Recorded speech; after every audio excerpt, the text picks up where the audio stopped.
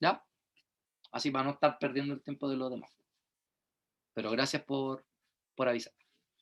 Entonces, esta fuerza tiene que ver con la fuerza de atracción que ejerce la Tierra sobre nosotros. Por lo tanto, es una fuerza que sentimos nosotros. ¿Ya? El cuerpo con masa. Así que todo cuerpo con masa tiene peso. Ahora, literalmente el peso es una fuerza que apunta hacia el centro del planeta. Entonces, por ejemplo, si acá está el cuerpo, la persona, el astronauta, lo que sea, ¿ya? El peso apunta hacia el centro. Entonces, si yo me corro y ahora me coloco acá, el peso apunta hacia el centro. Y si ahora yo me coloco acá, el peso apunta hacia el centro. El peso siempre apunta hacia el centro. Entonces, ¿qué pasa? Que en cada lugar de la Tierra, fíjense que la dirección y el sentido del vector cambia. ¿Por qué? Porque ya no apunta así, ahora apunta así, así, así, así. Cambia el sentido, cambia la dirección. Y por lo tanto el vector peso ya no es el mismo. Eso podríamos decir entonces que el peso a lo largo de todo el planeta va variando. De hecho, el peso también varía porque depende de la aceleración de gravedad. Entonces, si yo me voy a la Luna, donde hay menos aceleración de gravedad, yo voy a sentir menos peso. Sin embargo, la masa no cambia. La masa sigue siendo la misma, porque la masa tiene que ver con la cantidad de materia. ¿Ya? Una definición súper rancia, pero ya, lo que hay. Ya tiene que ver con la cantidad de materia. Entonces, ¿qué ocurre? Que está mal el concepto cuando decimos masa y peso. Me voy a pesar y mi peso es de, no sé, 90 kilogramos. Está malo eso, porque el peso es una fuerza, el peso debería medirse en newton y la masa debería medirse en kilogramos. Entonces realmente cuando tú te pesas o cuando vayas al médico y la enfermera te dice ya, tienes que pesarte, lo que está haciendo realmente la enfermera es masarte, ¿cierto? Eso lo sabían, ¿no? Supongo. Sí, sí, sí, profe. De hecho, yo los desafío a que un día vayan a comprar el pan ustedes, si es que ya no lo hacen, y le digan a la persona, ¿me masa pan, por favor? La persona te va a mirar raro y te va a decir, aquí no amasamos, aquí no hacemos pan amasado, a menos que sí hagan, ¿ya? Entonces tú le decís, no, pues me masa pan, pues. Y él te va a decir, más raro, tampoco vendemos masa pan. Y no, masa pan, masar el pan, ¿cachai? ¿Por qué? Porque para nosotros el concepto masa es equivalente al peso y no es lo mismo. La masa es una cantidad escalar, no cambia, pero el peso sí cambia en todo el planeta. De hecho, algo que ustedes deberían saber es que la gravedad, o mejor dicho, la aceleración de gravedad, no es constante en la Tierra. ¿Ya? Hay lugares donde la aceleración de gravedad es más alta y lugares que es más baja. Donde es más baja, por ejemplo, en el altiplano, porque hay mayor altura. Allá la aceleración de gravedad es menor que acá a nivel del mar. Y eso también influye en que cambia mi peso. Ay, qué curioso. Pero aquí viene algo importante. La persona, si bien es cierto, globalmente apunta hacia el centro del peso, pero localmente, o sea, si yo le hago un zoom a la persona, yo lo que voy a ver es que el peso siempre apunta hacia abajo. Entonces, una cosa importante que cada vez que hablemos del peso es porque un cuerpo tiene masa y ese peso siempre apunta Al centro de la Tierra. ¡ah! ¡Ah! ¿De ¿Hacia dónde abajo? apunta? Hacia abajo, de forma local. Estamos hablando de la localidad. ¿Ya? Vale. Si habláramos de algo global, ahí sí va a apuntar hacia el centro. Entonces ahora yo les pregunto a ustedes, ¿qué mide una balanza? La masa. La masa. La Bueno, masa. materia. La masa. Entonces la balanza como que te toquetea, no sé. ¿Qué te hace la balanza? Es más, si yo tomara la balanza y le aplicara una fuerza con mi mano, ¿marca algo la balanza, no? ¿Han hecho ese intento? Parece Marca que la sí, sí fuerza. marca. Funcionarla con mi mano, ¿marca? Marca la fuerza. Hoy marca una fuerza. ¿Y por qué nosotros decimos que marca masa? Ahí los pillé. ¿Eh? ¿Qué mide realmente una balanza?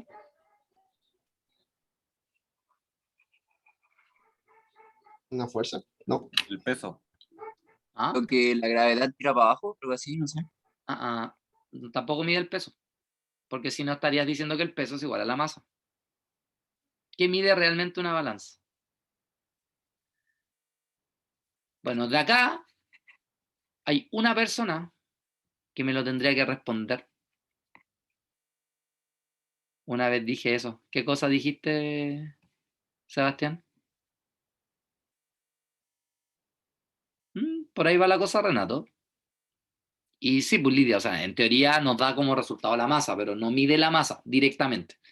El valor de la masa es una medida indirecta. Pero la fuerza que ejerce la gravedad hacia abajo, ni tanto. Le dije a esa señora que me mase el pan. Bueno, de aquí hay una persona que me lo debería responder. Porque yo mismo se lo dije. Ya, profe, cogoteme, no me acuerdo, perdón. Tú, justamente.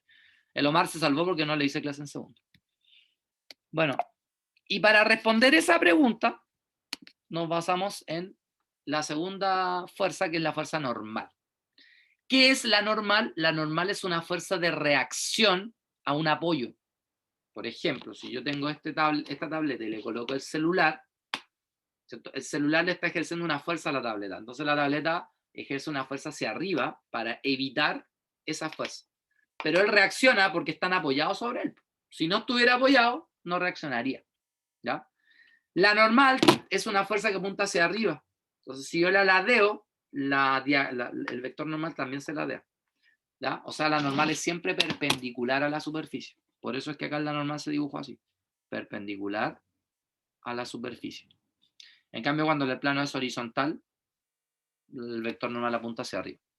Y solamente hay normal si es que hay apoyo. Si no hay apoyo, no hay normal. ¿Ya? Así de simple. Entonces, por ejemplo, si yo tengo, no sé si se alcanza a ver, pero si yo tengo acá la tableta y tengo acá un lápiz, no sé si se ve. ¿Se ve algo? No se ve el lápiz, pero se entiende. Ya, acá hay un lápiz, ¿ya? Y la pregunta es, ¿el lápiz siente normal por la tableta? Y la respuesta es no, porque no lo estoy apoyando. También si yo tomara el lápiz y lo empujara sobre la tableta, ahí sí la tableta genera una normal. Los cuerpos cuando se rompen son porque los cuerpos tienen una capacidad de ejercer fuerza. O sea, por eso hablamos de capacidad. Entonces, ¿qué pasa? Que esta silla en donde yo estoy sentado tiene una capacidad de ejercer fuerza, pero tiene una capacidad máxima de ejercer fuerza. Entonces, en este momento la silla me está ejerciendo una normal a mí. Pero si viniera alguien con más masa que yo, va a generar más fuerza, entonces la silla va a estar obligada a generar más normal. Pero ¿qué pasa? Que la silla tiene un máximo de normal. Entonces, cuando alguien, si por ejemplo alguien se sentara acá y encima otra persona y encima otra persona, lo más probable es que la silla se va a romper. ¿Por qué? Porque aumentamos mucho el máximo de la normal que puede ejercer la silla. Entonces la silla cede y se quiebra. Y aquí está la respuesta. Cuando tú te subes a una báscula o una balanza, ¿cierto? Por ejemplo, aquí dice 30 kilogramos. O sea, ese no soy yo ni cagando, pero ya, ahí está, 30 kilogramos. ¿Por qué dice 30 kilogramos? Bueno, lo importante es que tienen que entender que la persona genera una fuerza de peso hacia abajo, ¿cierto? A su vez, esta balanza genera una fuerza normal hacia arriba, ¿cierto? Y esta normal se aplica sobre la persona. Por lo tanto, la persona también reacciona a la normal generando una fuerza hacia abajo, que no es el peso, es la reacción a la normal. Y eso mide una balanza, la reacción a la normal. Y esta reacción a la normal tiene algo curioso, que está medido en kilopondios o en kilogramos fuerza. ¿Y qué es el kilogramo fuerza? El kilogramo fuerza es equivalente al kilogramo. Entonces, si yo tengo 30 kilogramos fuerza, tengo 30 kilogramos. ¿Por qué? Porque en el fondo lo que hice, como yo sé que mg es el peso, ¿cierto? En el fondo lo que hace la balanza de manera como práctica es que toma el peso y lo divide al tiro por la aceleración de gravedad. Entonces me da como resultado un valor de masa que es equivalente al valor de la fuerza, que es la reacción a la normal. Entonces los dos valores son equivalentes. Por lo tanto, la balanza no mide masa directamente, mide masa, pero de forma indirecta, ¿ya? Porque primero mide la fuerza, la cual está medida en kilogramos fuerza, y ese kilogramo fuerza es equivalente a la masa. ¿Se entiende? Profesor, ¿Lo sabían? ¿Lo de la reacción a la normal? no tenía idea yo. No sabía eso. Bueno, entonces de ahora en adelante jamás van a ser engañados con que la balanza mide masa. O sea, tampoco es para ser tan drástico de que, a ver, ¿qué mide la balanza? Masa. No, mentira. No, nunca tanto. ¿Ya? Pero Como que creían que era peso, después masa, y después kilo, pound y esa cosa. ya. Así que cuidado. ¿Ya? Realmente la balanza, entonces si yo les pregunto, ¿qué mide la balanza? Ustedes sí me van a decir masa, ¿ya? Pero de forma indirecta. No es de forma directa, de forma indirecta. Porque en realidad la balanza mide la reacción a la normal, que es una fuerza, ¿cierto? Que está en kilogramos fuerza. Y es el equivalente en masa. Esa sería la respuesta correcta. Porque realmente mide masa, pues, pero no de forma directa. No es como la regla que mide distancia. Y esa es la distancia y punto. La balanza no mide directamente la masa. ¿Ya? Bueno, otra fuerza que se conoce es la tensión, que se representa con una T de tensión, y está asociada a las cuerdas. ¿No? Todo donde hay cuerda hay tensión. Y también tenemos la fuerza de roce. ¿Ya? Una vez, el año pasado, la masa, la fuerza, dice, la reacción a la fuerza normal. Sí, Diego. ¿Qué pasa con eso?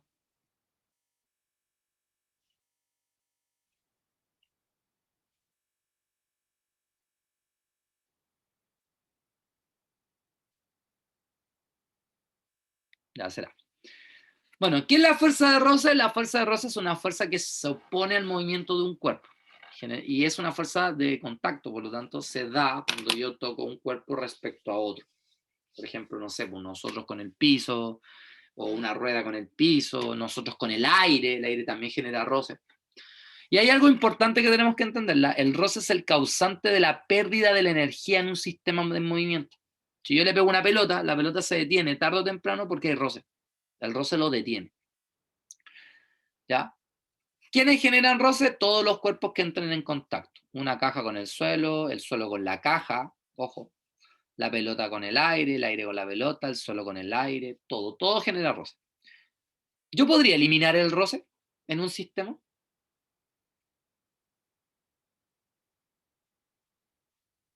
Sí, En no. una situación ideal, sí. No, pero las situaciones ideales son eso, ideales, no existen. En la realidad jamás vamos a ser capaces de eliminar el roce. Lo que podemos hacer es minimizarlo al máximo, pero no eliminarlo.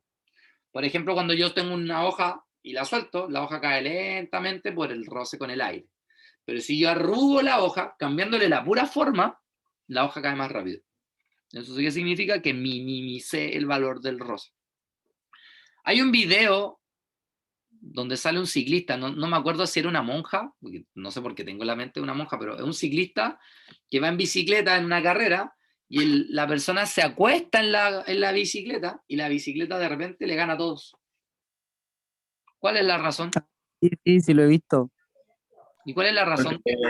Porque le quita rosa al viento y obtiene más velocidad. Disminuye el roce con el viento. Entonces, al disminuir el roce con el viento, su velocidad aumenta. Wow, interesante. La fórmula de la fuerza de roce es esta, pues, coeficiente de roce por normal. Pero ojo, la primera cosa que tienen que tener claro es que muchos de ustedes, quizás en el colegio, les escribieron esto. ¿Ya? Y eso está malo. Vectorialmente esto está terriblemente malo. Porque en un sistema, ¿cierto? Por ejemplo, estoy empujando para allá este bloque, por ende la fuerza de roce apunta para acá, porque es contrario al movimiento. Pero la normal apunta hacia arriba. Entonces, para yo decir que la fuerza de roce vectorialmente es la multiplicación entre el coeficiente de roce y la normal, significa que la normal y la fuerza de roce tienen la misma dirección y sentido. ¿Y eso es correcto? ¿Tienen la misma dirección y sentido? No. No, entonces esta fórmula está mal. Y por eso la fórmula es esta. coeficiente de roce, por el valor de la normal y por una U, que me indica la dirección y sentido de la fuerza de roce como corresponde. Si yo, por ejemplo, multiplicara en un sistema el coeficiente de roce y la normal y me da 50 newton, este es el valor máximo de la fuerza de roce. Entonces, ¿qué pasa? Que si yo tengo un bloque y yo sé que sobre él la fuerza de roce máxima es de 50 newton, entonces si yo aplicara 10 newton nomás, ¿qué va a pasar? Que este cuerpo va a aplicar una fuerza de roce contraria, pero también de 10 newton. Porque no necesita hacer más, pues para detenerme necesito 10 newton y punto. Si ahora yo aumentara la fuerza a 20 newton, entonces va a aumentar esta fuerza a 20 newton. Si la aumentara a 30, esta fuerza va a aumentar a 30. Si la aumentara a 40, esta fuerza va a aumentar a 40. Pero si la aumenta a 50, claro, esta va a aumentar a 50. Pero si esta fuerza la aumentara a 60, ¿esta va a poder aumentar? No, porque esta es la fuerza máxima. Entonces hay una diferencia entre todas las otras fuerzas mientras el cuerpo no se movía versus la fuerza de roce cuando el cuerpo sí se movía. Y de ahí nace el concepto roce estático y roce dinámico. Entonces la fuerza de roce estático es la fuerza de roce menor o igual a este máximo. O sea, son todos los valores que puede tomar la fuerza de roce hasta el momento antes de que este cuerpo se empiece a mover producto de la fuerza que yo voy a aplicar. Y el roce cinético es el roce cuando ya no hay caso, pues el cuerpo se va a mover sí o sí porque mi fuerza supera el valor de la fuerza de roce. ¿Se entendió? Sí, profe. ¿Alcanzaron a ver esto en cátedra? Sí, sí, profe. Sí. Perfecto.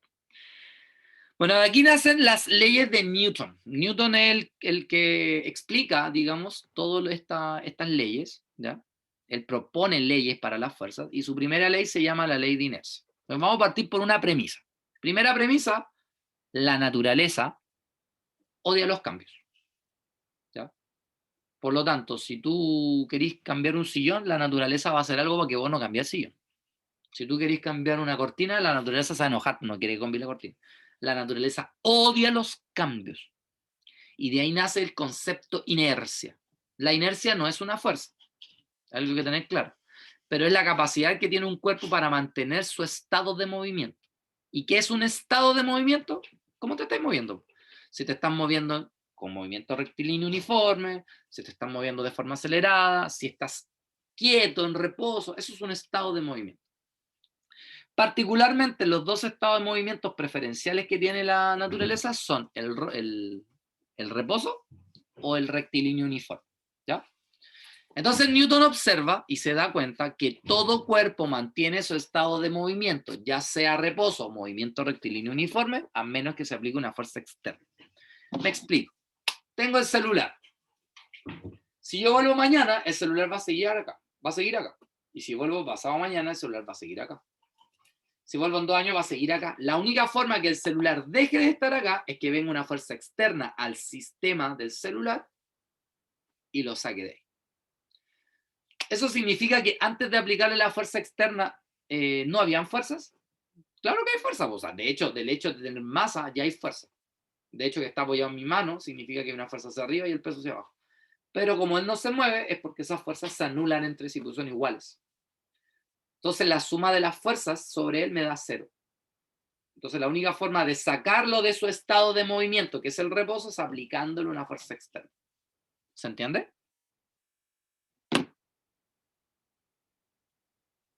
Sí, profe. No, profe. Sí, profe. Entonces, en conclusión, un cuerpo va a mantener ese estado de movimiento a menos que se aplique una fuerza externa. ¿Qué pasa cuando yo voy en un auto? El auto está quieto, tú estás quieto y el auto empieza a avanzar. ¿Qué le pasa a tu cuerpo? Se mueve con el auto. Sí, se mueve con el auto, pero ¿qué le pasa al principio? Como No que se se va mueve hacia al tiro atrás con y el después se auto. va hacia adelante. Algo hace tu cuerpo. No, no se mueve hacia adelante. Son poco observadores, ¿eh? De su propia vida. De lo que les Es que pasa. como que se va para atrás y después uno Te va a ir para como que atrás. se calibra. ¿Por qué te vas para atrás? Porque claro, el auto empieza a avanzar, pero tu naturaleza le dice a tu cuerpo, espérate cabrito, el que se está moviendo el auto, no tú. Por lo tanto, tú te vas a tener que echar para atrás porque tú te vas a oponer a cambiar tu estado de movimiento. Ahí está la naturaleza. ¿Ya? Así que quieran o no, siempre hay alguien que nos está diciendo no. Y esta es porfiada, ¿ya? La naturaleza. Entonces, ella dice no, para atrás, para evitar que te muevas. Obviamente hay una fuerza externa, que en este caso sería la fuerza que nos aplican los asientos hacia nosotros, que hace que sí o sí nos vamos a tener que mover con el auto. También pasa al revés. Si el auto está avanzando y choca, por ejemplo, o se detiene, ¿qué le pasa con tu cuerpo? Se va hacia adelante. De hecho, si un auto choca a una pared a 100 km por hora, la probabilidad de que el caballero que está dentro salga a 100 km por hora es alta. ¿Por qué? Porque por lo mismo, el auto es el que frena, pero tu cuerpo le dice o sea, tu naturaleza, tu cuerpo le dice, espérate, el que frenó el auto no tú. Entonces tu cuerpo tiende a seguir, mantener su estado de movimiento. Y aquí viene la importancia del cinturón de seguridad, porque si el cinturón de seguridad no estuviera, no habría fuerza externa. Entonces pasaría lo que le pasa al loco del GIF. Saldría eyectado. Y por eso es tan importante el cinturón de seguridad. En cualquier caso. Porque cualquier cambio en el estado de movimiento te va a pasar esto. También pasa otra cosa. Cuando vaya en el mismo auto y el auto dobla, ¿qué pasa con tu cuerpo? Se va hacia la dirección contraria Se va de la que... hacia el lado, ¿cierto? O sea, por ejemplo, si está doblando a la izquierda, como que se va hacia la derecha. ¿Por qué se va hacia la derecha? Porque en este caso tu cuerpo no quiere doblar, quiere seguir en línea recta. Entonces tu cuerpo hace esto para seguir en línea recta.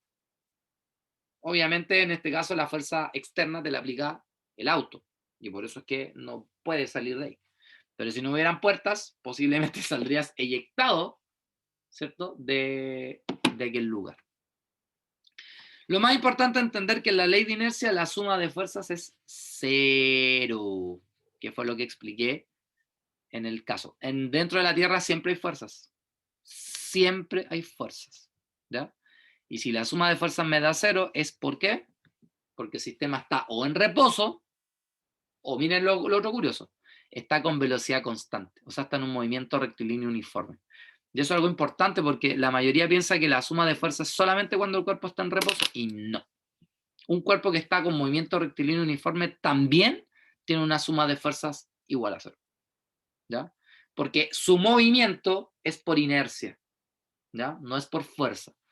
Por ejemplo, tengo la pelota que les decía y le voy a pegar un chute, ¿ya? La pelota tiene normal y peso, que se anulan entre sí, ¿cierto? Pero la pelota se detiene porque hay roce. Si pudiéramos eliminar el roce, ¿cierto? La fuerza, que en este caso el peso con la normal, se eliminarían y quedaría 0. Pero la pelota se va a seguir moviendo y se va a mover eternamente. ¿Por qué? ¿Por qué no habría? ¿Por qué se va a mover eternamente? ¿Qué es lo que no habría? ¿Desaceleración o no? Más que eso. ¿Qué es lo que no habría? ¿Quién produce la desaceleración? ¡Ay, me carga esa palabra! Pero ¿quién produciría la desaceleración? Desacelerar, po, aceleración, si una aceleración igual. Profe, disculpe, ¿cómo era el ejemplo que dio? ¿El roce? El roce. Piensa en una pelota, que le pegas un chute, una patada, ¿cierto? Un golpe. La pelota va a avanzar. ¿Pero por qué se tiene la pelota? Por el roce, ¿cierto? Pero si la pelota no se detuviera nunca, es porque no hay roce. ¿Pero eso significa que no hay fuerza sobre la pelota? Sí, pues hay fuerza, pues está la normal y el peso, pero que se anulan entre sí. Y como se anulan entre sí, entonces el cuerpo, su suma de fuerza es 0. Pero igual se está moviendo. ¿Pero ahí por qué se está moviendo? Por la inercia. Porque su estado de movimiento es mantener la velocidad constante. O sea, la fuerza que tú aplicaste al principio no la sigue para siempre. Es solamente un impulso. La dejaste de aplicar y dejó de existir. ¿Ya? ¿Se entiende? Sí, profe. ¿Sí? Ya. Segunda ley de Newton. Posiblemente en el colegio, y hasta yo mismo, y hasta quizás los profes de la mañana, les tienen que haber dicho que la fuerza neta o la suma de las fuerzas es igual a masa por aceleración. ¿Sí o no? ¿Le enseñaron eso en el colegio o ahora en la U? En el colegio sí. Chao, me estáis tirando la pelota. No, estoy diciendo que usted sí me lo enseñó. ¿Qué cosa? Eso lo de la fuerza neta igual a la sumatoria de la fuerza que igual a la masa por aceleración, pero después dijo que no era así. Ah, muy bien, te acordáis, te acordáis. Bueno, Ahora el por qué, no me acuerdo. 50 Pero desde que dijo que eso era falso, era falso. Bueno, lo que ocurre acá, chiquillos, es que Newton jamás en la vida dijo que fuerza neta igual a masa por aceleración. Nunca. Nunca Newton dijo eso, nunca, nunca, jamás, nunca. Es una mentira, es una falacia. ¿Ya? Entonces ahora me van a decir, pero el profe, entonces todos ustedes nos han mentido todo este tiempo. No, no es que no es que le hayamos mentido, es que quizás nunca les agregamos esto. Masa constante. ¿Por qué?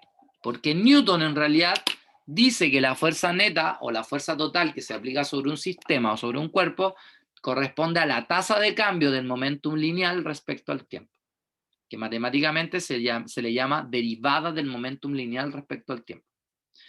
¿Y qué es lo que es la derivada? La derivada de una variación. O sea, mientras más varía el momentum lineal respecto al tiempo, es porque más fuerza se está aplicando sobre el sistema. ¿Y qué es lo que es el momentum lineal? Es la cantidad de movimiento.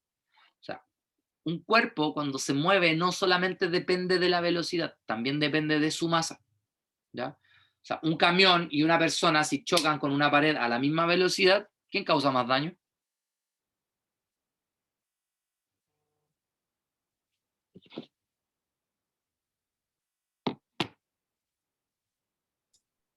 El camión.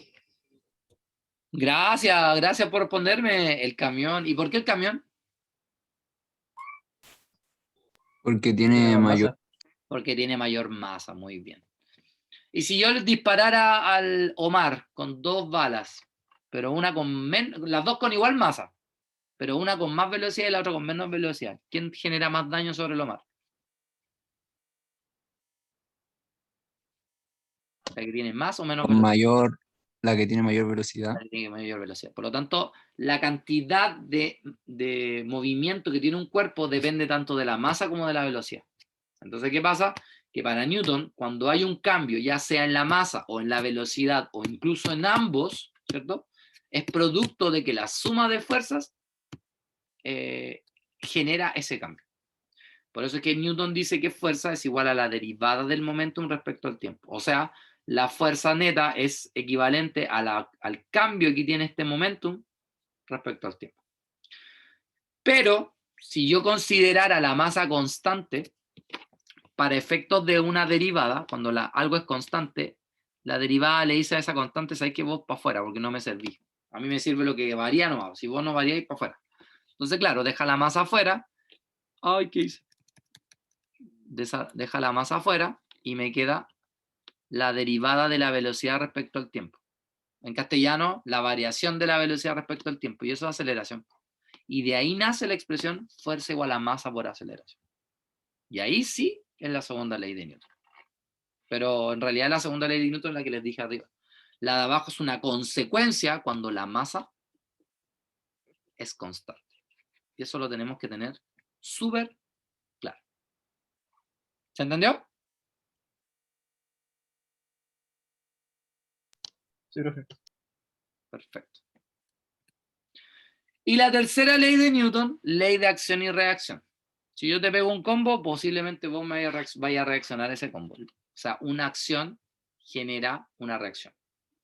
Por ejemplo, si yo empujo a este bloque, el bloque, sin querer, también me empuja a mí. Con una misma fuerza, con la misma dirección, pero en sentidos contrarios. ¿Ya? Y eso pasa con todas. De hecho, por ejemplo, una persona que quiere saltar así como él en una pared, él lo que hace es aplica fuerza sobre la pared, por lo tanto la pared ahora le ejerce una fuerza a él y esa fuerza genera el impulso para el que él se pueda mover. Si quiero saltar alto, uno tiende a hacer una sentadilla primero para poder saltar alto.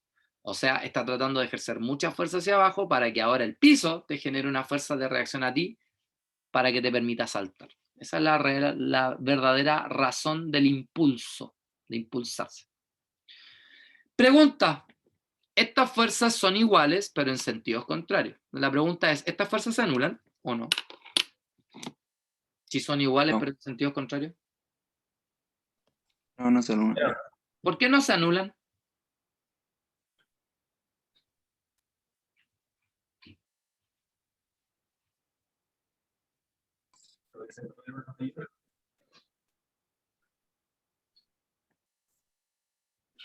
¿Por qué no se anulan? Anulan.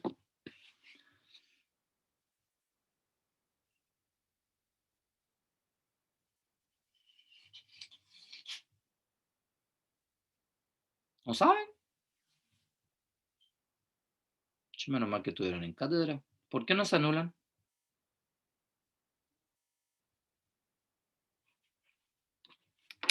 Ya, miren, les voy a dar una pista. Vamos a suponer que sobre un bloque se aplica una fuerza de 3 newton y sobre el mismo bloque se aplica una fuerza de 10 newton. Entonces la resta me da 1 newton. Si yo tengo un bloque y sobre el bloque se aplican 8 newton y sobre el mismo bloque se aplican 8 newton, entonces aquí la fuerza neta es 0. Son ¿Por cuerpos qué? distintos, ¿o no? Muy bien. Para yo poder eliminar fuerzas, tienen que ser aplicados sobre el mismo cuerpo. Y estas fuerzas de acción y reacción no son aplicadas sobre el mismo cuerpo. Porque yo le estoy aplicando la fuerza en este caso, a la pared, digámoslo así, o al bloque negro. Y el bloque negro me está aplicando una fuerza a mí. Las fuerzas se están aplicando sobre cuerpos distintos. Y por lo tanto las fuerzas no se anulan, aunque sean iguales y de sentidos contrarios. También pasa esto que está acá. ¿Por qué pasa esto? A ver, está esta persona y está este bloque en un carro que tiene ruedas. Él empuja el bloque y el bloque se mueve, pero él no. Según la ley de acción y reacción, si él empuja el bloque también lo empuja a él. Pero acá abajo pasa al revés. Él está con patines y él empuja el bloque, pero él es él el que se mueve ahora. ¿Cuál es la diferencia y por qué pasa eso en estos dos casos?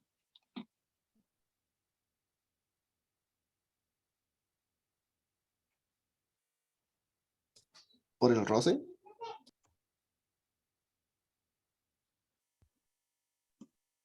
¿Por el roce?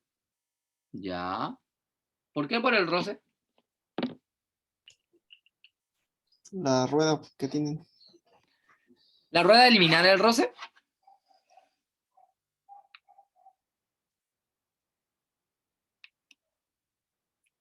¿Lo disminuyen? Eso, muy bien, lo disminuye. A veces pienso que yo pregunto y se quedan callados porque no están pensando. Tienen que razonar. Ya dijimos que no puedo eliminar el roce, pero sí lo puedo disminuir como dice su compañero. Entonces, en este caso, las ruedas disminuyen el roce. Entonces, como él no tiene roce, él se mueve, mientras que él no, porque sobre él sí hay roce. Y acá abajo, ¿qué pasa? Lo mismo, ¿cierto? Él tiene roce, él no, entonces, o sea, él tiene menos roce, entonces él sí se mueve. Eso significa que si nosotros tuviéramos un sistema sin roce, yo perfectamente podría mover una montaña, un camión gigante, lo que sea. ¿Por qué? Porque el roce es el que evita que yo pueda mover cosas grandes. ¿Ya? Hombre, si no se puede eliminar el bloque, ¿eso quiere decir que siempre una bola de boliche siempre va a caer más rápido que una pluma? No, pues. Ah, bueno. En la Tierra sí. En la Tierra sí. Pero si tú disminuyeras el roce, podría caer al mismo tiempo. De hecho, hay un video, si quieren después se los mando por el YouTube, o sea, por WhatsApp, que es un experimento que se hizo con una torre gigante y se toma una bola y una pluma. Y se sueltan y claramente cae primero la bola. ¿Cierto? Entonces, de hecho, la gente antiguamente pensaba que las cosas con más peso caían primero que las de menos peso. Pero Galileo se dio cuenta que eso no era así. De hecho, él saca el aire de lo que está dentro y se pueden dar cuenta que y de hecho se ve el experimento en una altura gigante, se sueltan los dos y caen al mismo tiempo. ¿A qué se debe? A que como disminuyeron el roce al máximo, entonces el roce ya no hay mucho roce con la pluma y por lo tanto caen como corresponde. ¿Sí? O sea, en la realidad caen distintos, pero porque hay aire. Si no hubiera aire, caerían al mismo tiempo. Y además va a depender de la forma más que de la masa. O sea, la pelota cae primero que la pluma, no porque tenga más masa que la pluma, sino que porque tiene una forma distinta que la pluma. Bueno, de acá nace entonces el concepto y aparece por fin la palabra estática versus la palabra dinámica. Este es el laboratorio 4 y este es el laboratorio 5. ¿Cierto? Entonces, en el caso del laboratorio de estática, que es el de hoy día, la estática es el estudio de los movimientos de los sistemas que se encuentran o en reposo o con velocidad constante. Y eso significa que la sumatoria de las fuerzas me tiene que dar 0. Versus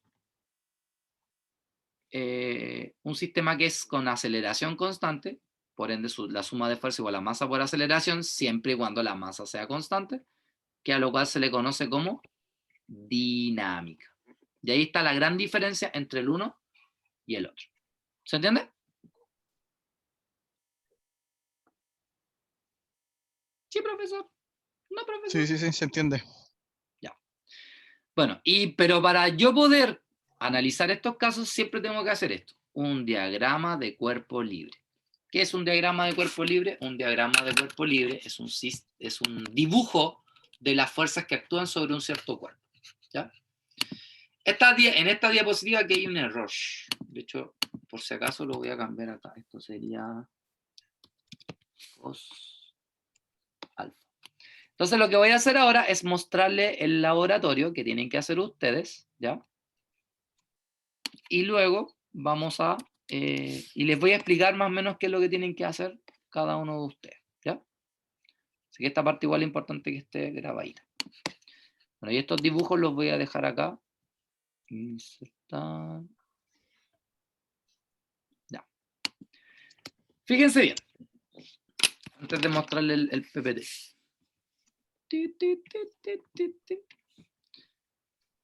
Vamos a suponer que yo tengo un bloque en un plano absolutamente horizontal. Pregunta, ¿qué fuerzas actúan sobre el bloque? La normal. Aplican la normal. Mira, bueno, diciéndole que la primera fuerza que me tendrían que nombrar es el peso y él te habla de la normal. El peso ahora. Po. Ya, ¿y cuál sería la otra fuerza? Ah, mira, La de roce. espérense. Aquí hay una pregunta del Renato. ¿Por qué las ruedas disminuyen la normal, la fuerza? Las ruedas disminuyen, pero depende de las ruedas. Las ruedas lisas disminuyen la normal. Pero las ruedas porosas, por ejemplo, las ruedas del auto no disminuyen la normal. De hecho, si te das cuenta, las ruedas del auto tienen grietas. ¿Ya? Y eso hace que cuando encajen con el piso, ¿cierto? Hay una fuerza que disminuya la velocidad. Pero hay unos autos que tienen ruedas lisas y no con hoyitos. ¿Qué autos son? Los de la Fórmula 1. Los de la Fórmula 1. ¿Sí? Y esos son así porque la idea de un auto en Fórmula 1 es que sea libre para poder girar. ¿Ya? Bueno, en realidad la física de un auto de Fórmula 1 es mucho más que solo las ruedas. Están los alerones, la forma del auto, un sinfín de cosas que hacen que el auto sea bastante estable, ¿ya? Y que en realidad cuando un auto se sale de la carretera, o de la pista mejor, es netamente por error del conductor o porque hubo un error mecánico. Pero el auto en sí está preparado para andar rápido en pistas como esta. ¿Ya? Bueno, acá tenemos entonces la normal y dijimos que hacia abajo el peso, que se representa por mg.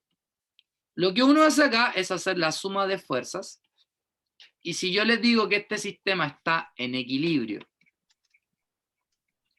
o les digo que está en reposo, ¿cierto? Entonces, la suma de fuerzas es igual a 0. Como yo sumo las fuerzas, simplemente sumo la normal con el peso en forma vectorial. ¿Ya? Pero, recuerden que los vectores se pueden descomponer en una parte horizontal y una parte vertical. Y aquí son puros vectores verticales. Entonces, algo que tenemos que tener claro es que la suma de fuerzas igual a 0 se descompone en la suma de fuerzas en el eje X igual a 0 y la suma de fuerzas en el eje Y igual a 0.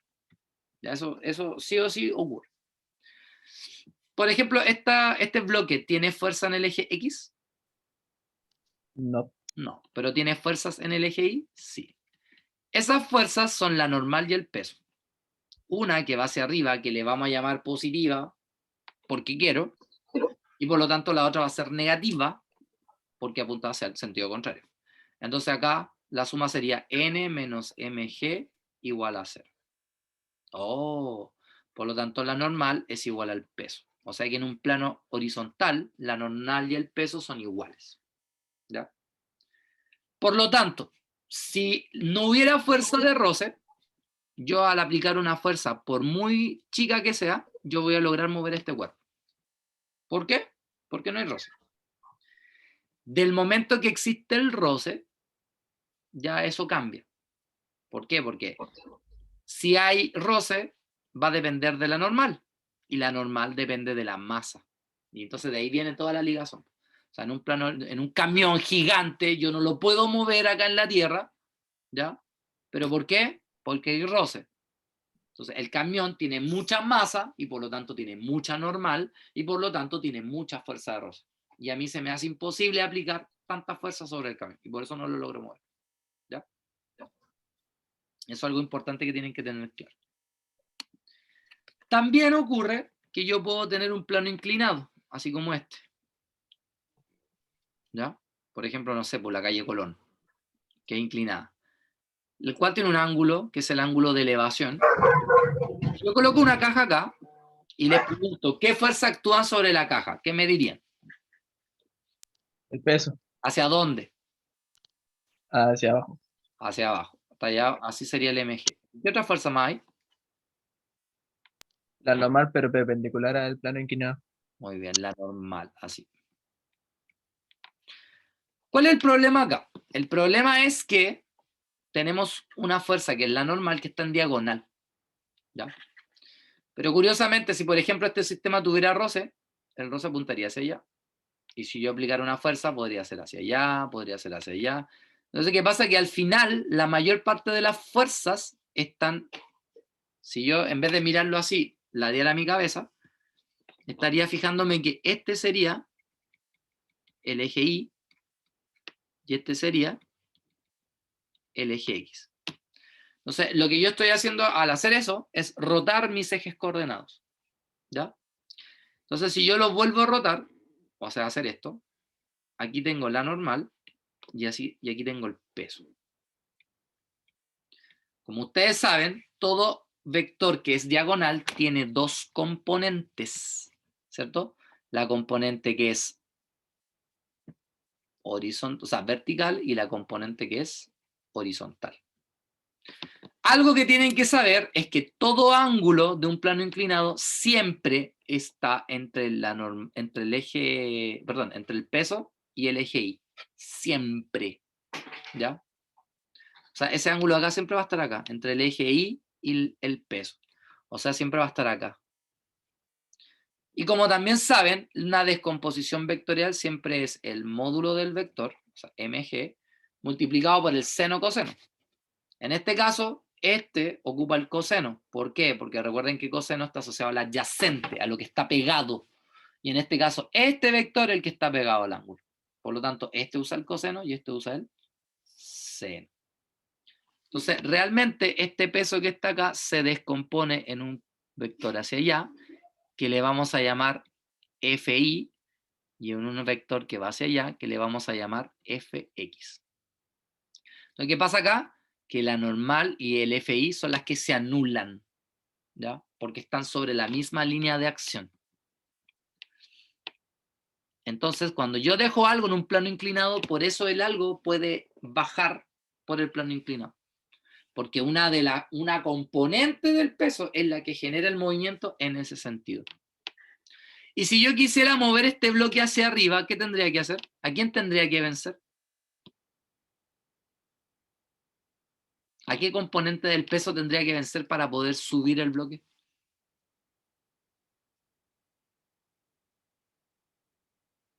No se peleen, ¿sí? La componente X. A la componente en equipo.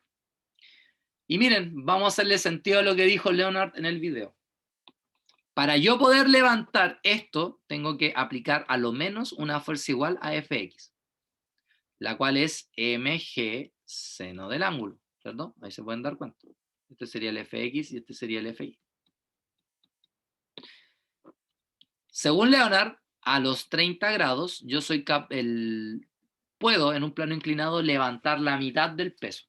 Entonces, según Leonard, lo que tengo que hacer es colocar mg por el seno de 30 grados. Entonces yo pregunto, ¿cuánto vale el seno de 30 grados en su calculadora?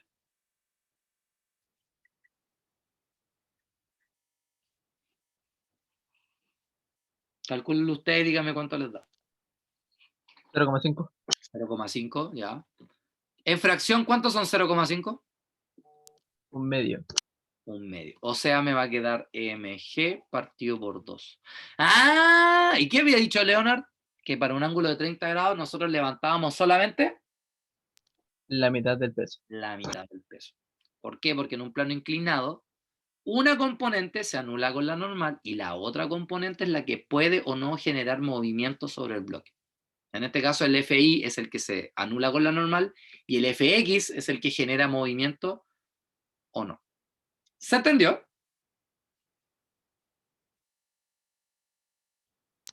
Lo último que explicó, no tanto. ¿Qué cosa Más o no menos. entendiste de ahí? Lo de quién genera movimiento y quién no. ¿De verdad no entienden eso? Yo por lo menos, profe, yo me enredé con eso. Yo al ¿De verdad revés se enredan? yo entendí lo que dijo al final, pero como Oh. que antes no entendí. Vamos a ser un poco humillante. Es que me gusta ser humillante, me gusta ser sarcástico. Dale nomás, profe, con confianza. Ojo que les estoy preguntando, porque después no digan, el profe es malo. ¿Cómo llegaron a ingeniería? ¿Cómo dieron una PSU? La verdad, yo pensé que iba a ser más fácil ingeniería. Mi mamá me obligó. Mira, pues, si yo le estoy diciendo que para acá está la normal, si yo le estoy diciendo que para acá está el peso, si le estoy diciendo que este peso tiene dos componentes, una componente hacia allá, que se va a llamar FI, y una componente hacia allá, que se va a llamar FX, y yo quiero que este bloque suba hacia allá, ¿qué fuerza tengo que vencer? ¿El FI o el FX? El FX. Si yo aplicar una fuerza en dirección al eje Y, lo único que haría es levantar el bloque para allá. Para allá. Yo quiero que el bloque suba por el plano inclinado para allá. O sea, perdón, para allá. Bueno, está. Ustedes cachan a lo que me refiero. Entonces, ¿a quién me tengo que oponer? Al X, porque ¿quién más? Si el Y está apuntando para abajo. El Y tiene la misma dirección, pero sentido contrario que la normal. Por lo tanto, estas dos fuerzas se anulan entre sí. Y eso es porque ambas fuerzas son iguales. La normal y la componente ni del peso son iguales. ¿Ya? Entonces tienen que tener claro que en un plano inclinado el peso, como apunta hacia abajo, tiene dos componentes. Y una de sus componentes está encargada de mover el cuerpo, que es el X, y la otra está encargada de equilibrar la normal, que es el Y. Y siempre va a pasar eso. ¿Se entiende? Entonces, para yo calcular las componentes de esa fuerza, peso, simplemente ocupo esta o esta fórmula. ¿Sí o no? ¿Y por qué? Si no saben por qué, se tienen que devolver a cuando vimos en el segundo laboratorio la descomposición de vectores. Porque si hay algo que ustedes tienen malo, es que ustedes están acostumbrados a que se les dé todo en bandeja, todas las respuestas, y son incapaces de razonar. Y eso es un error, porque ustedes van a ser ingenieros. ¿Y saben de dónde viene la palabra ingeniero, no? ¿De ingeniar? De ingenio, de ingeniar. Y si no soy ingenioso, no puedo ser ingeniero, po. ¿Cachai o no? Entonces, no, pues tienen que aprender a desarrollar esa parte. ¿Ya? Porque ustedes al fin y al cabo van a tener que crear cosas nuevas. Y si esas cosas no las hacen nuevas, poco ingenio. Poco resultado, penca el ingeniero. Y no, pues la idea es que empiezan a desarrollar. Y eso lo van a hacer ustedes solitos. Pero entendiendo que esto es responsabilidad de ustedes. Aquí está la descomposición. Yo no la voy a volver a explicar porque ya la expliqué alguna vez en mi vida. Pero esta es. Y entonces está la componente en el eje X y la componente en el eje Y es la misma cuestión, pero en vez de seno es coseno. Listo. Entonces Leonard dijo en el capítulo de Big Bang Theory que él iba a levantar esa caja aprovechando que el plano inclinado tenía un ángulo de 30 grados y por lo tanto él iba a levantar la mitad del peso. O sea, él iba a aplicar una fuerza hacia allá de tal manera que él iba a contrarrestar a la mitad del peso. Ah, ya, pues. Entonces, esa fuerza que yo voy a aplicar hacia allá tiene que ser como mínimo el valor de Fx. Calculemos el valor de Fx. Entonces, ¿cómo se calcula Fx? mg por el seno del ángulo. Él dice que va a ser la mitad a los 30 grados. Entonces, si usted reemplaza en el alfa al 30 grados, va a calcular el seno de 30, que son 0,5, que son equivalentes a un medio. Todo eso tiene que estar en su cabeza. No puede un ingeniero decirme, no sé cuánto es 0,5. No, po, no puede, po. Es un medio, ¿cierto? ¿Y eso qué significa? Un medio por mg, que es mg partido por 2. ¿Qué significa esto? ¿Qué es mg? El peso, ¿Qué significa que esté partido por 2? que es la mitad del peso. Que es la mitad del peso. Entonces, ¿qué tengo que hacer para vencer o para lograr subir esa caja? Aplicar como mínimo La mitad del... la mitad del peso. ¿No? Entonces Leonard tenía razón. ¿Se dan cuenta, no? Entonces ahora vamos a ir a la guía del laboratorio. Pero, profe, ¿puede hacer un ejercicio así, como más o menos como lo del trabajo de ahora? No. O sea, sí, pero no. Sí, porque te voy a mostrar el laboratorio y ahí te voy a explicar cómo se hace. Y no, porque también esa es otra cosa que tienen. ¿Por qué tiene que ser necesario que ustedes vean siempre un ejemplo? La materia es la materia. Y con eso ustedes son capaces de hacer todo. ¿Y por qué tienen que ver un ejemplo? Porque ustedes se mecanizan con el ejemplo. Y ese es el otro problema que tienen los ingenieros, que se mecanizan.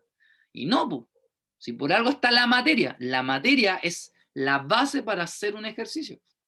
Y si tú te sabes bien la materia, tú podrías hacer bien cualquier ejercicio. ¿Cachai? Pero como nosotros, me incluyo porque yo también me he mecanizado en la vida, necesitamos ejercicio. ¿Y por qué necesitamos ejercicio? Porque me tengo que mecanizar. Porque de hecho, yo ahora que le expliqué el plano inclinado, que le expliqué la normal y todo eso, ahora todos nos mecanizamos y sabemos que tenemos que dibujar el peso hacia abajo, la normal hacia arriba, y si es plano inclinado, hacerlo así. Pero eso es algo mecánico, no es algo porque lo aprendemos. ¿Se dan cuenta o no? Pero eso es mal de todos, no solo de ustedes. O sea, de hecho, nunca he conocido un ingeniero que nunca me haya dicho, no, profe, no haga ejemplo si yo ya sé cómo hacerlo. Nunca. Y de hecho, nadie.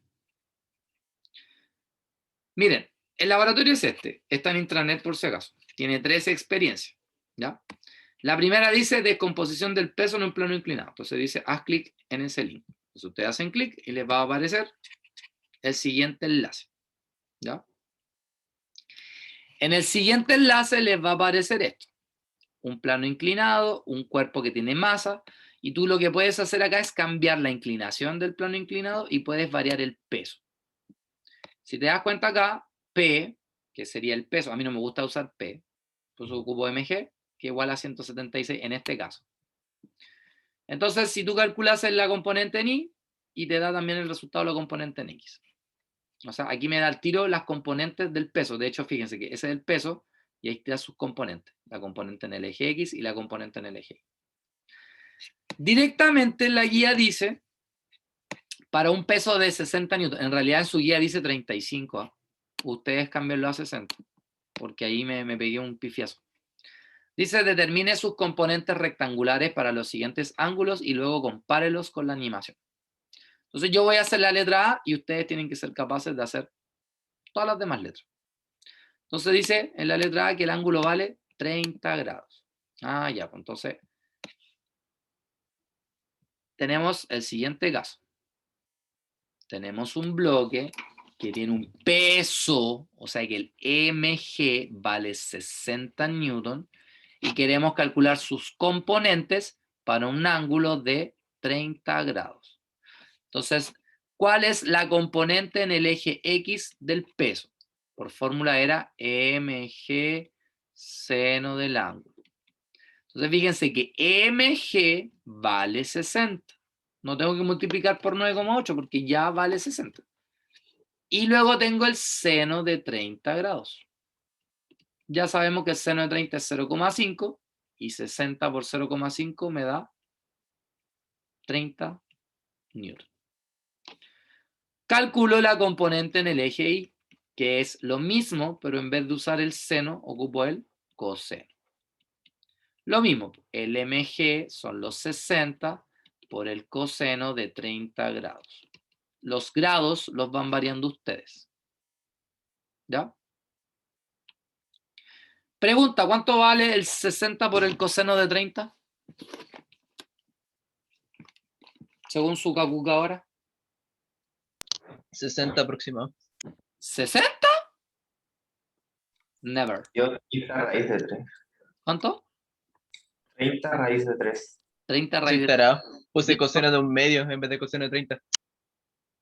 ¿Y eso cuánto es 30 raíz de 3? ¿En decimales? 51,9. 51. 52. 51,9, 52. Listo. Una vez que lo calculan, van a ir a la animación y van a comprobarlo. Entonces vamos a colocar que el peso vale 60, ¿cierto? Ahí, y que el ángulo de inclinación era 30. Entonces se dan cuenta, la componente en Y vale 52 aproximadamente, lo que nos dio nosotros, ¿cierto? Y la componente en X, que son 30, que es lo que nos dio nosotros. Entonces comprobamos efectivamente que estaba correcto nuestro cálculo. Entonces eso es lo que hay que hacer. Ustedes manualmente van a calcular las componentes del peso, siempre 60 newton, para cada uno de los ángulos y luego lo comparan con la animación. Luego responden. La verdad que las preguntas están súper mal redactadas. Las redacté yo, con razón. ¿Ya? En la primera dice, si quisiera empujar la caja por el plano inclinado hacia arriba, ¿qué fuerza y con qué ángulo debería aplicar como mínimo? O sea, en castellano. Tengo acá el bloque, ¿ya? Entonces, ¿con cuál ángulo de estos yo voy a aplicar la menor cantidad de fuerza para poder levantar la caja? Entonces, ¿qué tengo que hacer? Voy a mirar todos los valores de fx y obviamente el valor más chico, ahí es. Con ese ángulo y con ese valor de la componente en x. ¿Ya? Porque si la fuerza es más chica, significa que yo tengo que aplicar menos fuerza para poder levantar el bloque. Recordando que para poder levantar un bloque en un plano inclinado, yo tengo que vencer ¿cuál fuerza? ¿Cuál componente? X. La FX. componente X. ¿Ya? Después miran el video, no. Dice, ¿qué ocurre con el valor de la normal al aumentar el ángulo de inclinación? Entonces, ¿usted qué va a hacer? Va a ir a la animación y va a ir variando los ángulos y va a ir mirando qué pasa con las componentes. ¿Ya? Y ahí simplemente responde si el valor va aumentando, si va disminuyendo, qué sé yo. Si el sistema no considera roce, ¿qué fuerza se debe vencer para poder subir el cuerpo? Y eso ya lo saben decir, ¿cierto? Eso lo pueden responder ustedes solitos. Y esa es la experiencia número 1. ¿Alguna duda?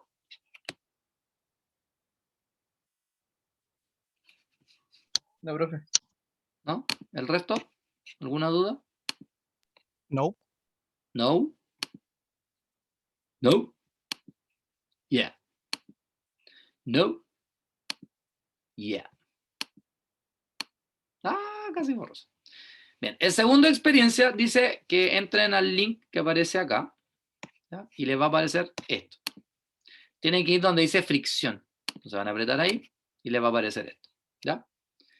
Luego van a ir acá y van a colocar suma de fuerzas, valores y masas. Así les van a indicar la suma de fuerzas, las masas, que sí. Y lo que va a hacer usted ahora es apretar este botón y se va a dar cuenta que la fuerza aplicada es 1 newton y la fuerza de roce también es 1 newton. Fricción y roce es lo mismo, ¿eh? Ojo con eso. Pero la caja no se mueve. Si aumento la fuerza 2 newton, la fuerza de roce también aumentó 2 newton. Si aumento la fuerza aplicada, aumentó 3 newton, la fuerza de roce también aumentó 3 newton. Y así puedo ir aumentando. De hecho, puedo aumentar acá de harto.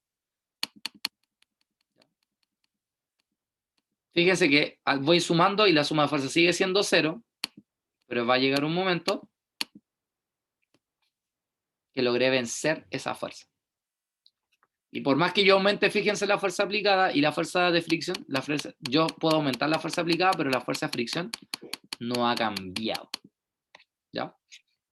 Que es lo que yo les expliqué con respecto a la fuerza de roce cinético y estático. Entonces, luego, ¿qué van a hacer? Dice, considerando solo la caja, ¿cuál es el valor de la fuerza de roce si el coeficiente de roce es de aproximadamente 0,19 y el valor de la aceleración de gravedad de la Tierra es de 10 metros partido por segundo al cuadrado? Entonces, recuerden que la normal en un plano horizontal es igual al peso. En este caso, la masa del bloque es de 50 kilogramos. Entonces, tienen la masa, tienen la aceleración de gravedad, tienen el coeficiente de roce y pueden calcular la fuerza de roce máxima. Después, considerando esa fuerza de roce máximo, si aplicaran una fuerza de 36 newton, ¿cuál es el valor de la fuerza de roce? Ahí tienen que pensar, si sobrepasé, si esa fuerza es superior a la fuerza máxima, entonces la fuerza de roce es la máxima, no hay otra. Pero si esa fuerza es inferior a la fuerza máxima, significa que la fuerza de roce toma ese valor. Algo que expliqué con ¿cómo se llama? Cuando vimos el roce cinético y el roce estático. Y así van a hacer lo mismo con la C. En el caso de la D, dice, ¿qué ocurre con el valor de la fuerza de roce si ahora colocas un refrigerador encima de la caja?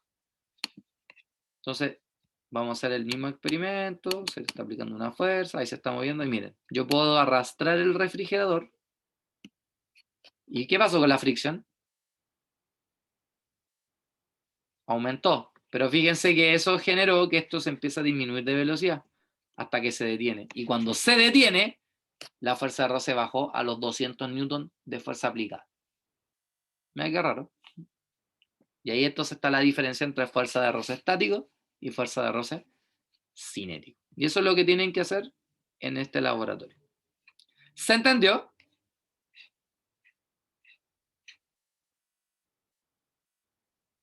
Sí. Profe.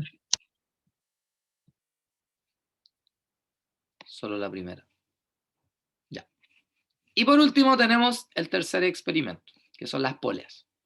Entonces le hacen clic ahí y se van a venir a este sistema. Usted puede mover acá esto y le van a aparecer un montón de sistemas de poleas. Usted va a analizar estas 4, ¿no?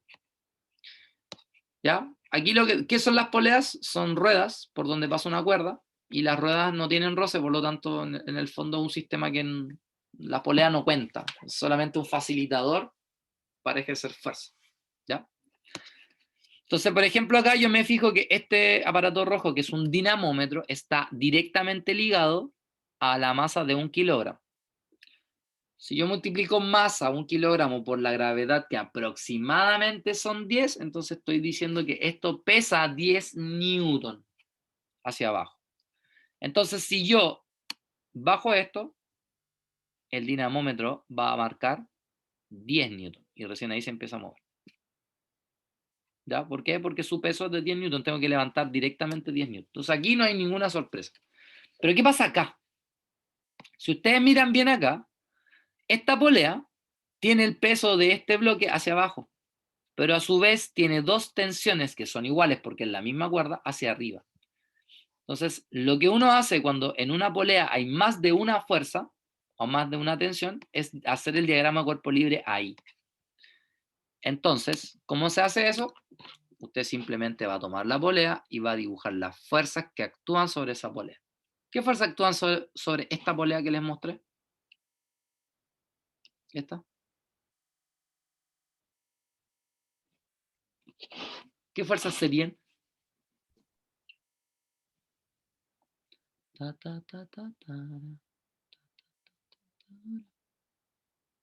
No se peleen. ¿Qué fuerzas actuarían sobre esa polea? ¿Eso? ¿Hacia dónde? ¿Yo? ¿Y la tensión? Tenemos el peso.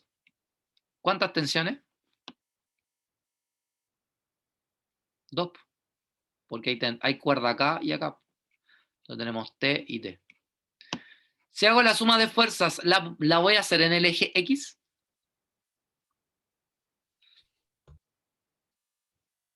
No, porque no hay ¿Por fuerza qué? en el eje X. Porque no hay fuerza en el eje X, solamente en el eje Y. Y lo vamos a igualar a 0 porque estamos en un sistema estático. Entonces, ¿cuál sería la suma de fuerza en el eje Y acá? A ver cómo me quedaría la ecuación.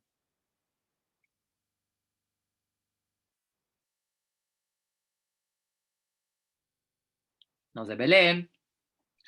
Profe, las dos tensiones que están acá son iguales, ¿cierto? Sí, son iguales, con la misma cuerda. Entonces, ¿se tomaría una sola tensión o se suman las dos igual? Suma de fuerzas. Yo dibujé las fuerzas. Entonces ahora sumo las fuerzas. La fuerza. Ya, entonces, ¿cómo Entonces quedaría? sería 2T menos mg igual a 0, ¿no? Eso. Por eso es importante el diagrama de cuerpo libre, porque ahí dibujo todas las fuerzas que se están aplicando. Vale, vale. Despejo T. Entonces, fíjense que este mg que es negativo pasa a positivo y este 2 que está multiplicando pasa dividiendo. O sea que el valor de la tensión es la mitad del peso. En este caso, la masa vale 1, G lo estamos considerando como 10, dividido en 2 y eso me da 5 newton. ¿Cierto? ¿Eso qué significa? Que la tensión vale 5 newton. Pero acá, si se pueden dar cuenta, la tensión es la que está conectada con el dinamómetro. Así que el dinamómetro está midiendo el valor de la tensión.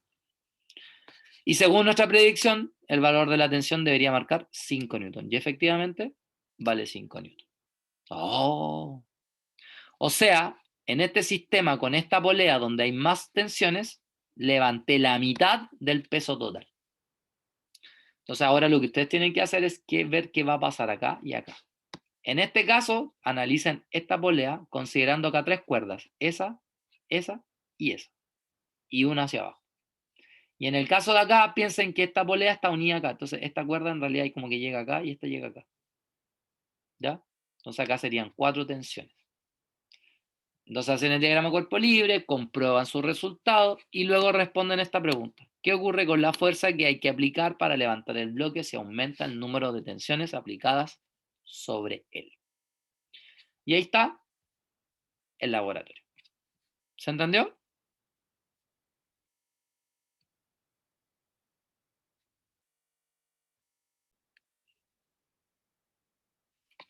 ¿Va? Y de la nada se quedaron callados, se amurraron. ¿Qué les pasó? ¿Les di miedo? ¿Se fueron a otro lado? ¿Qué les pasó? ¿Quedaron impactados? ¿No entendieron nada? ¿No? ¿Todo ok? Sí, todo bien, profe, por mi parte. Sí, sí, profe. Ya, perfecto.